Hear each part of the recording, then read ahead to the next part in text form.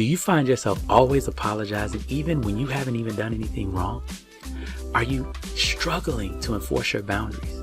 Are you tired of feeling like no matter what you do, there's always somebody that's not happy and the people that you try to help just don't even recognize what you're doing for them? Well, in today's video, I'm going to help you to move away from the apologizing habit, and I'm going to make sure that you don't have to be a martyr to take care of people. You're going to learn how to enforce your boundaries without being the bad guy. See, in today's video, we're going to help you to take one more step towards moving beyond survival and accomplishing more while working and worrying less. Are you ready? Welcome to Thrive Nation.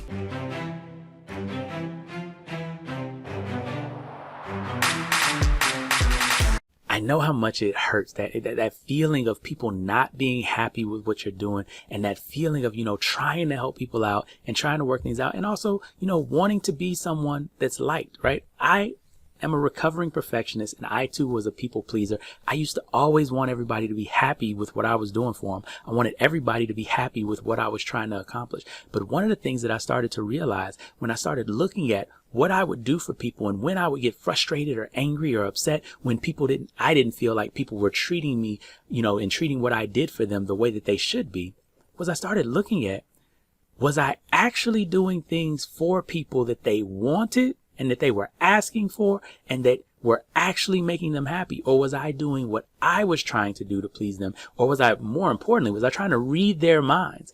And once I realized that my people pleasing habit was a lot about trying to read people's minds and figure it out without doing the work that I'm about to talk to you about today, then that really kind of opened my eyes to a whole new world. I realized that most of the things that I thought that people were wanting from me wasn't what they were asking for and wasn't what they wanted. And once I was liberated from that, it freed me up to actually do what I needed to do and give them what they wanted. It was such a liberating experience. Once I got out of the business of trying to read people's minds and trying to assume that I already knew what they wanted from me and trying to give them everything that I could think of that they might want. And interestingly enough, I started making other people happy and making me happy at the same time. That's what we're going to be talking about in the rest of the video today. So first we have to deal with, why is it that we apologize so much? Why is it that we feel like, when people aren't happy, that that's our job to fix in the first place? And the reason why is that we feel like deep down in our core that there's something wrong with us, that if people aren't happy, then we're not working hard enough, we're not doing enough, and we just got to really understand that that's not the case. People are not happy for a number of reasons. Very rarely is the reason you. Now, if you do something directly to somebody, that's a whole different ballgame. But normally, people aren't unhappy because of you. But what you can do is you can have some impact on them being happy, but you have to go about it in the right way. And that's what we're going to be talking about today. But the first thing is understanding that we put way too much pressure on ourselves to make everybody happy as if that's our job. And that's not your job. More importantly, it's not your job to sacrifice yourself to try to make other people happy, because that is that binary thinking that we get into where one of us can be happy or the other one can be happy. We need to talk a little bit more about how both people can be happy. So that second piece that we're talking about, right? How both of us can be happy. You have to understand, right? I know many of y'all have heard this.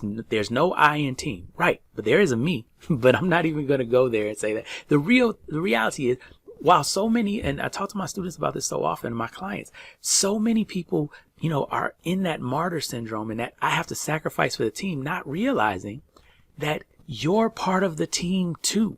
And if you don't take care of yourself, you're not taking care of the team. I remember John Wooden, the great basketball coach at UCLA during the 60s, 70s, and 80s, and they won multiple national titles, had the longest winning streak in the history of NCAA men's basketball for a very long time.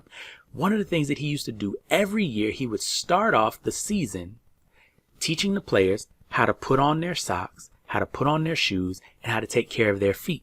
And one of the lessons that he would tell them was, if you don't take care of your feet, then you won't be in the game when we need you.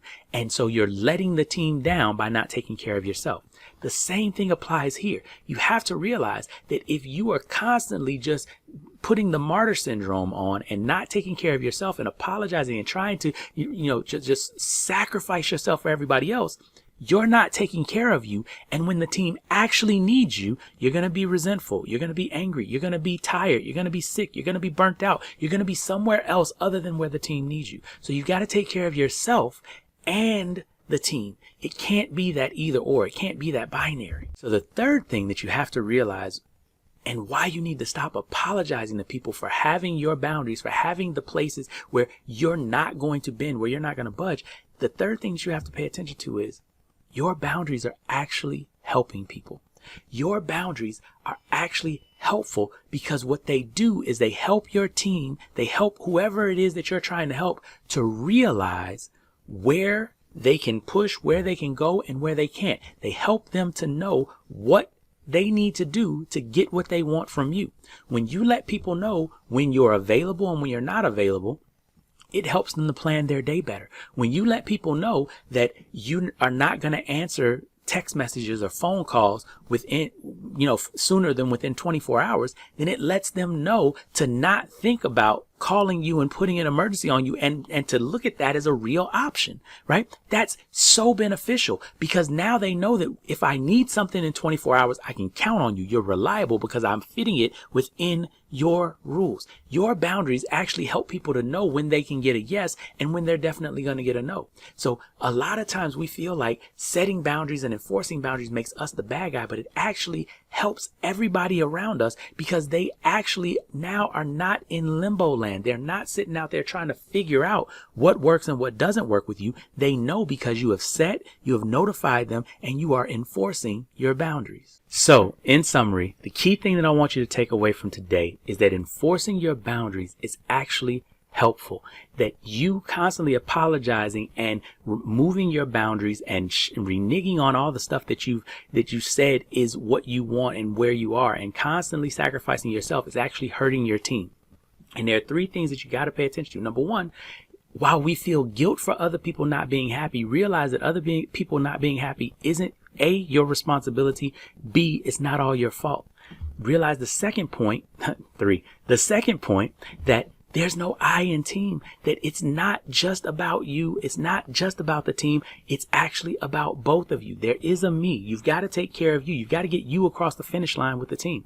And then the third point, like we said, boundaries are the things that tell people where they stand. They help people to understand what they need to do with you and how to get their yeses. And more importantly, it helps them to engage their own problem-solving abilities, their own problem-solving mind when they can't access you, but it doesn't make them resentful or angry because they know ahead of time. When you set, notify, and then enforce your boundaries, it helps people to know and to be able to be relied upon.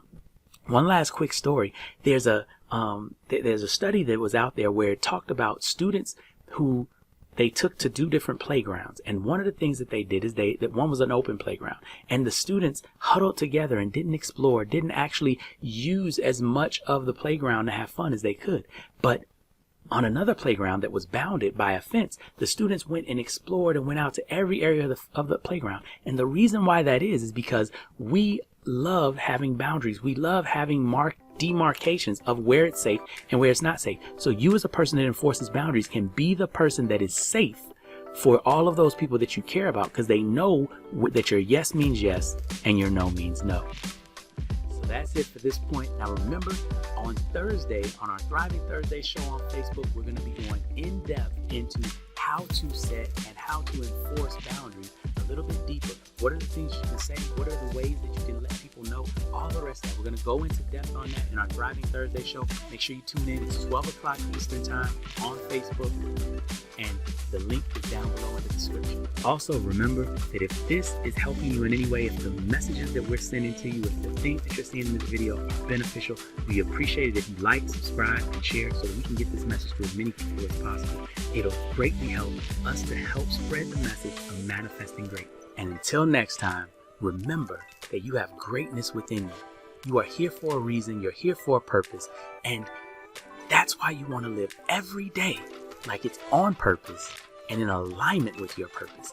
So here's to you, moving beyond survival and manifesting your greatness. Thanks again for joining us on another edition of Thrive Nation.